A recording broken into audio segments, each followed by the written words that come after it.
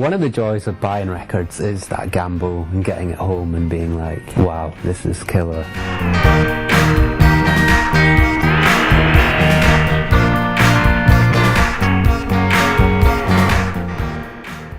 Beach Boys Surfs Up.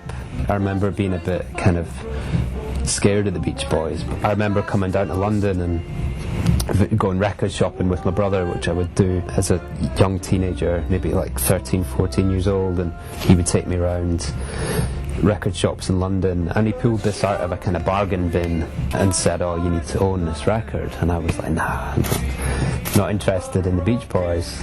But reluctantly I bought it, and then I couldn't believe how kind of dark it was. And this, before Pet Sounds or anything, was really my inroads to the Beach Boys. For me, it's kind of experimental and funny and kind of heartfelt and sad, and I don't know, just kind of, after I bought this album, went out and kind of tried to get everything else they did, and kind of became a huge influence on me. A children's song.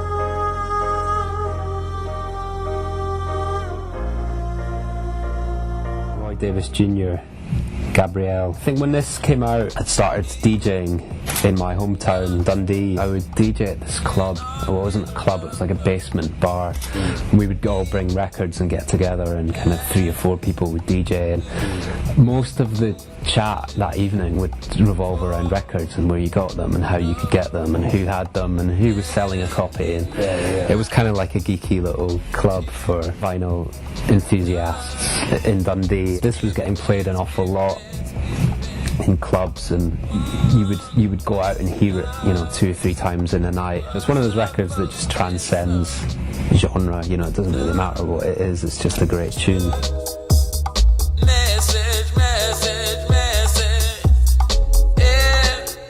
And then the last one here is Timmy Thomas, Why Can't We Live Together. I couldn't find it in here, but I had it on one of those really cheap funk and soul compilations that were almost like Reader's Digest style.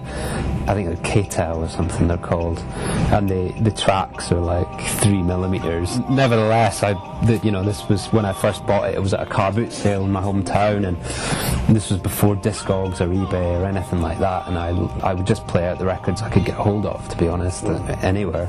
So I played it to death, and off this terrible compilation, people would always come up and ask what it was, and it still sounds really, really modern. It's a bit of a cliche to say that it still sounds fresh, but it's so sparse. It's just a drum machine and an organ and the vocal, but it's the kind of one of the most kind of emotive records I think that I own. It's just a gem of a track, and it would kind of be in my Desert Island disc style top 10 if I was to do that.